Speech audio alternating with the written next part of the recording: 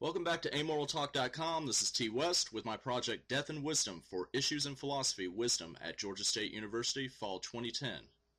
This presentation is shortened due to time restraints. The full version will be online this weekend. At the beginning of the semester, we were informed that we had a project due at end of term.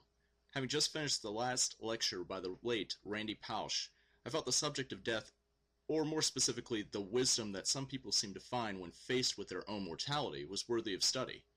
After reading through a few texts and a bit of reflection, I came upon a hypothesis. This hypothesis is as follows. People have a base understanding of what things in their lives are ultimately important and worthwhile. It is due to a factor I term the illusion of time that a person loses sight of those things of importance. When a person approaches certain death with the knowledge of a given timeline, the wisdom gained shattered the illusion of time, and the ultimately important things come into focus once more for the person in question. The person then lives a life that is more fulfilling or flourishing. I interviewed a number of people with this hypothesis in mind. Initially, it seemed plausible that the hypothesis was correct. It wasn't until I interviewed Moshe Gilson, a licensed clinical social worker, that I came to an insight about the way we approach death, which, now having reviewed the information, I feel certain is true. We face our deaths with the same way that we face our lives. Our first case to prove this claim is Melissa Massey, a licensed professional counselor. After having my pancreas operated on twice, the first time I didn't do anything wrong, quote unquote, but the second time I had pretty much given up. I didn't want to go through it again. I was in denial for 3 years. I had the physical symptoms of, vomiting and hurting all the time, but I chose to ignore it. I didn't want to take the medications. I didn't want to go to the doctor, so I had just given up. And I think because of that, I went downhill a lot faster that way than I would if I had, chosen not to be in denial and accept it and do what I needed to do and move on. And in the end, that's what I did. I had the surgery. I did everything that they recommended because I had accepted it. What were you sick with? My pancreas was shutting down. My body was producing the insulin, but it wasn't using it. So it was just storing it. Well, because it was working overtime, it was causing it to be inactive. So... And the first time it almost killed me. Like, I literally almost died twice on the operating table. Has that changed your outlook on life? Yes.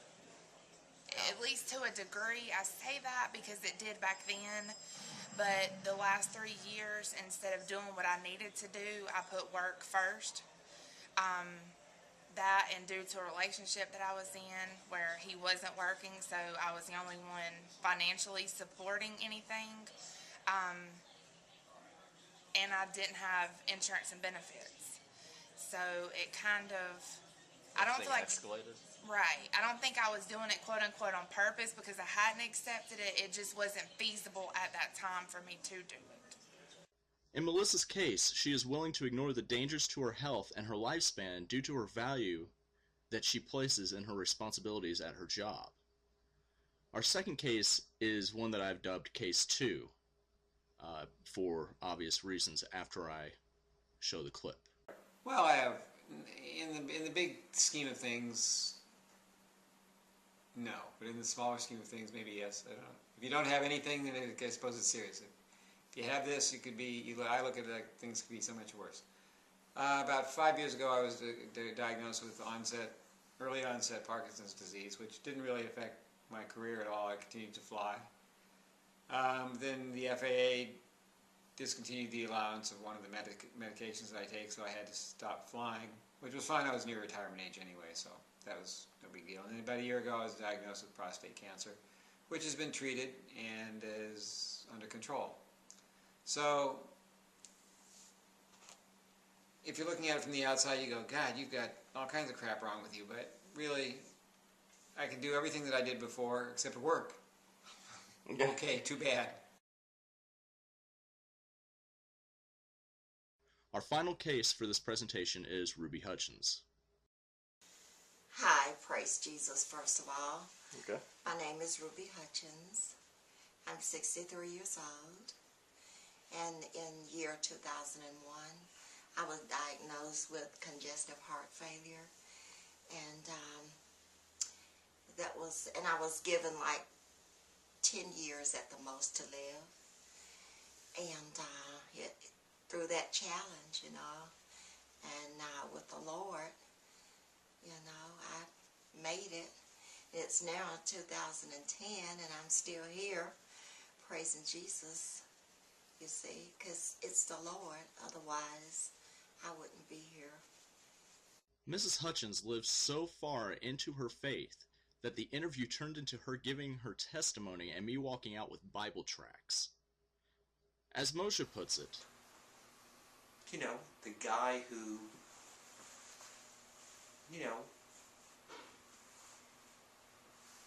the son of a bitch who wants to control things in death is probably the same son of a bitch who wants to control things in life. The one who sets up some weird inheritance for his kids so that it keeps them under control, or the one who says exactly how he wants to be buried, regardless of how his spouse may make the spouse terribly uncomfortable.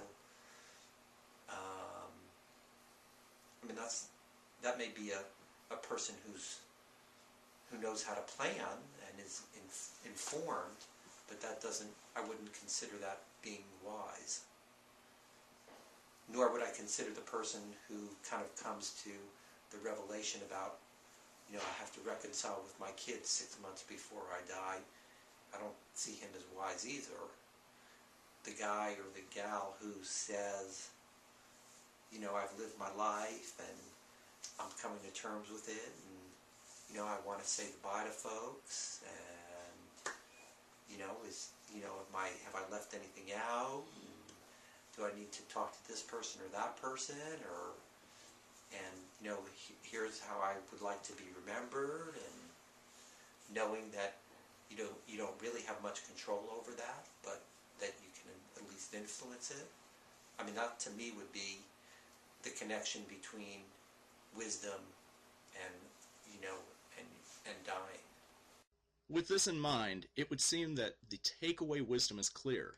Your view on the end of your life will be determinant upon the way that you live the rest of your life. Thank you very much. And as I said, this presentation is the shortened version. There will be a full version at the end of the week. Thank you.